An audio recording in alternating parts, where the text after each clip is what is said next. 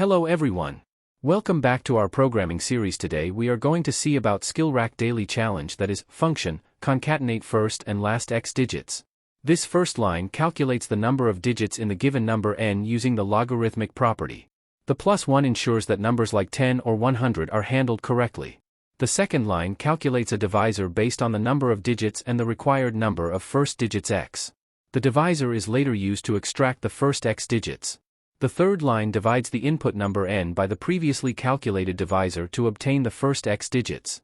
This fourth line calculates the remainder when dividing n by 10 to the power of x, effectively extracting the last x digits.